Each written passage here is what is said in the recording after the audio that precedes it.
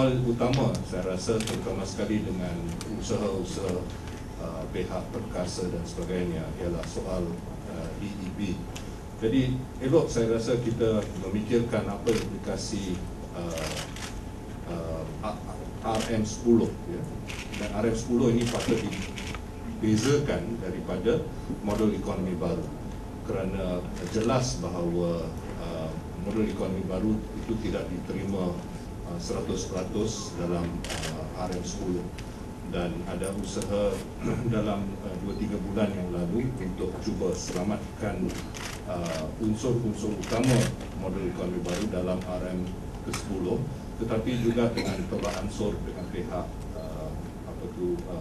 ada usaha pengagihan, tetapi pada waktu itu kadar pertumbuhan agak pesat dan juga mulai ujung tahun 80-an dan sehingga tahun 97 ya, ada kadar pertumbuhan yang agak tinggi.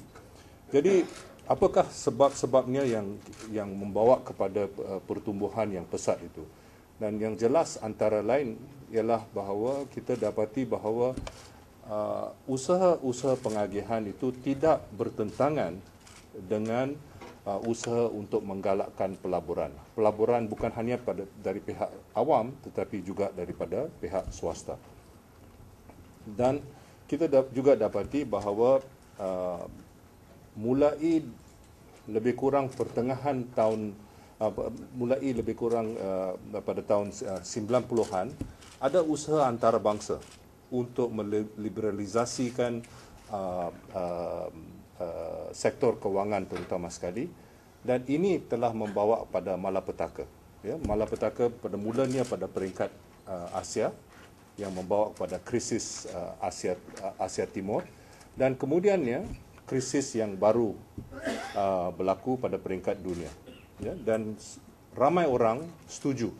Ya, malah Paul Volcker, bekas ketua pengerusi Federal Reserve, dia juga setuju bahawa apa yang telah membawa kepada malapetaka yang baru berlaku ialah deregulasi yang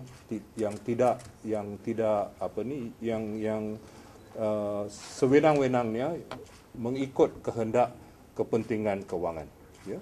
Jadi akibat ini kita dapati bahawa kepentingan kewangan menguasai kepentingan ekonomi sebenar. Ya, ekonomi sebenar ataupun dalam bahasa Inggeris the real economy was subordinated to the interest of finance. Ya, jadi ini sesuatu masalah yang cukup besar, ya.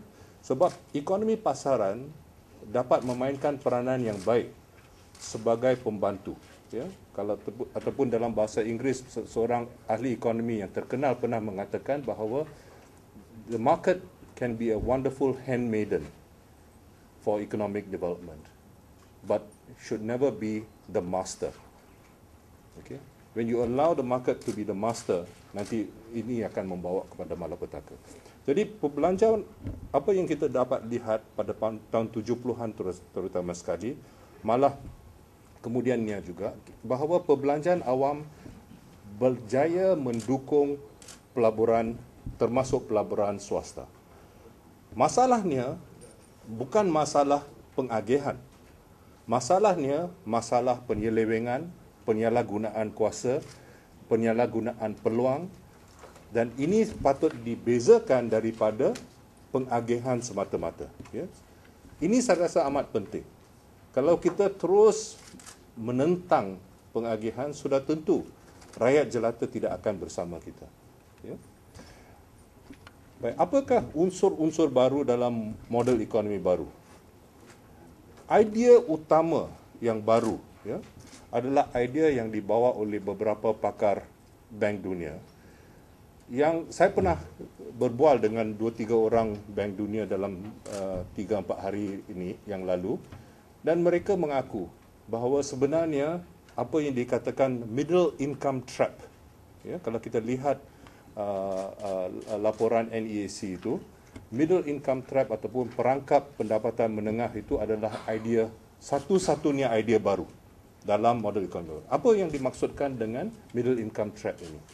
Maksud mereka ialah bahawa pendapatan sudah melebihi kepakaran, kebolehan, kemampuan tenaga rakyat Malaysia. Ini menurut mereka. Dan untuk mengatasi ini, mereka ada membuat beberapa cadangan, dan antara cadangan mereka mencadangkan bahawa pertumbuhan ekonomi sepatutnya 10% per kapita. Okey, kalau kita lihat ada banyak dokumen sekarang, ya. Malah dalam rancangan Malaysia ke-10 juga ada angka-angka yang bertentangan. Okey. Tetapi kalau kita baca semua dokumen ini, ada beberapa angka yang berlainan, ya. Tetapi antara angka yang tertinggi sekali ialah angka kadar pertumbuhan sebanyak 10% per kapita, ya. Dan bilangan penduduk Malaysia, ya, jangan kira immigration. Bilangan penduduk Malaysia bertambah sebanyak lebih pada 2% setahun. Okey.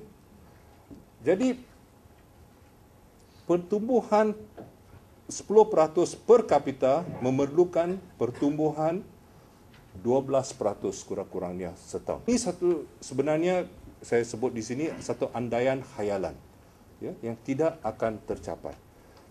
Okey, mereka boleh jawab ini niat yang baik, itu yang penting. Niat itu baik, ya, untuk mencapai pertumbuhan 10% setahun, 10% per kapita setahun. Jadi bagi mereka ini merupakan andaian yang terpenting. Tetapi apakah yang dicadangkan mereka untuk mencapai kadar pelaburan yang begitu tinggi untuk mencapai kadar pertumbuhan yang begitu tinggi? Sebenarnya tidak ada cadangan yang serius yang memberi gambaran bahawa kadar pelaburan sebanyak yang setinggi itu akan tercapai. Tidak ada asas. Tidak ada asas langsung.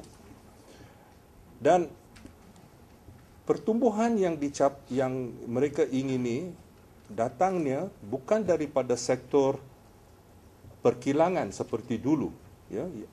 Kadar pertumbuhan yang tinggi pada tahun 70-an, 80-an, 90-an itu datangnya daripada perkilangan. Kalau kita lihat angka-angka terbaru, sebenarnya sektor perkilangan sedang mengecut. Bukan berkembang, sedang mengecut.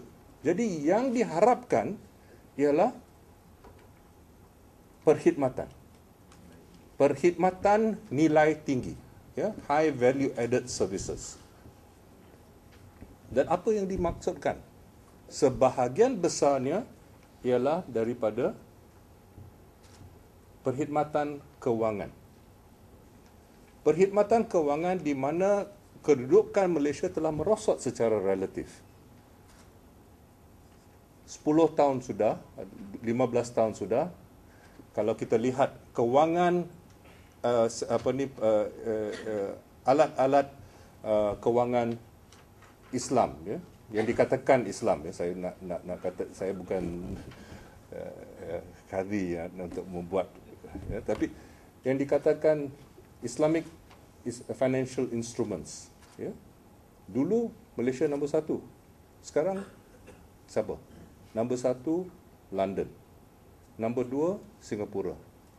Nombor 3, saya diberitahu kemarin dulu Hong Kong sudah melebihi Malaysia. Ya.